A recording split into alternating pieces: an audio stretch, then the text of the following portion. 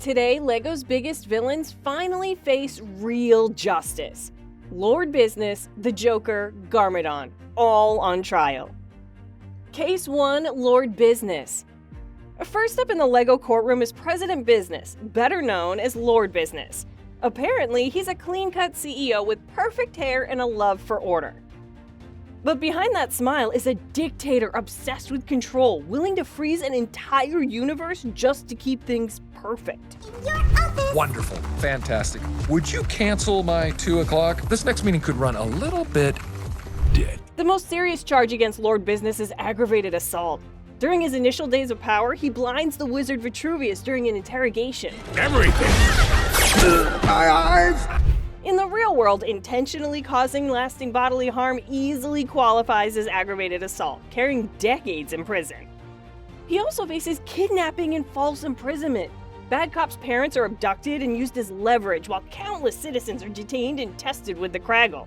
Sorry, Dad.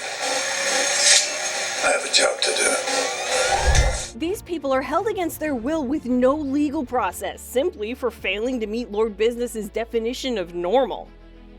That alone would rack up multiple felony counts. The charges escalate further with murder. Lord Business directly causes the death of Bad Cop. Bad cop, unfortunately I'm gonna have to leave you here to die. What? Sir, It's not personal. It's just business. Then there's racketeering and corruption. Lord Business controls the police force, destroys entire towns, and runs a criminal enterprise disguised as a corporate empire. You see, Emmett? A corrupted spirit is no match for the purity of imagination. Law enforcement works for him, not the public, turning the justice system into a weapon. This pattern of organized, ongoing criminal activity qualifies as racketeering on a massive scale. The most disturbing charge may be torture. More than 2,000 master builders are restrained, psychologically broken, and prepared to be frozen forever. All the master builders you've captured over the years, you've brought them here. You're a very perceptive person. This is prolonged, intentional suffering. All in all, Lord Business commits multiple counts of attempted murder against Emmett and his team, followed by aircraft hijacking during his final escape attempt. From Lord Business's point of view, though, none of this was cruelty. He believed he was fixing a broken world. Creativity led to chaos. Chaos led to mistakes. Gluing everyone in place felt logical. After all, nothing bad can happen if nobody moves. Unfortunately for him, the law considers freezing the universe an overreaction. As the sentences read, Lord Business just adjusts his tie, still convinced it was worth the price. After Lord Business is sentenced, the room gets louder because the next defendant is Gotham's self-proclaimed king. Case 2, the Joker. Unlike Lord Business, who hid behind rules and systems, Joker thrives on disorder. But chaos doesn't mean innocence. Every joke he tells is backed by a long, violent criminal record. The first charge is organized crime. Joker doesn't work alone. He hires, coordinates, and commands an army of villains. It's a structured criminal organization built to spread fear. Under real law, that alone carries decades behind bars. The Joker! Then comes terrorism, the most severe accusation on the list. Joker plants a bomb at Gotham's power plant with the intention of wiping out the city. If the mayor isn't here in 5 minutes to negotiate the city's surrender, then I shall destroy Gotham City. I did something! That single act qualifies as domestic terrorism, landing Joker in hot waters during a court trial. This is followed by another count of crime when he recruits villains from the Phantom Zone. Joker destroys a space prison holding over 100 villains, unleashing them onto Gotham. This directly endangers millions of civilians and overwhelms law enforcement. nice destruction all around. Watch step two. Good work, guys! Joker invades Batman's home, destroys private property, and turns a civilian residence into a battlefield. I'm rubbing my butt all over your stuff. We're gonna have to rename this the Buttmobile. When the verdict is read, there's no dramatic punchline. Multiple life sentences, stacked consecutively with no chance of release.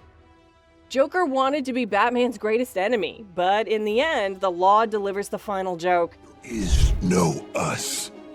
Batman and Joker are not a thing. I don't need you. From Joker's perspective, though, this was about connection. He cared about meaning. Every crime was a message to Batman to notice him. If Gotham burned, so be it, as long as it proved their bond mattered. To Joker, chaos wasn't evil. Being ignored was. Listen, Batman. I hate you. Now you Turns out the justice system doesn't recognize obsessive rivalries as a mitigating factor.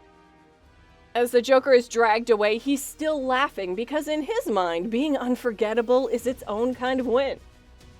After the trial, the courtroom finally falls silent, because the final defendant isn't driven by control or chaos, but by conquest. 4 arms, a warlord stare, and an army at his back. The last case begins. Case 3, Garmadon. Standing before the LEGO court is Lord Garmadon, the 4-armed conqueror of the LEGO Ninjago movie. Unlike the previous villains, Garmadon attacks openly, violently, and without apology. His goal is simple: domination. What's my name? Garmadon! Say it again! Garmadon! The first charge is assault on law enforcement. Garmadon launches a full-scale armed attack against the city's police using military-grade weapons and vehicles. I can do that!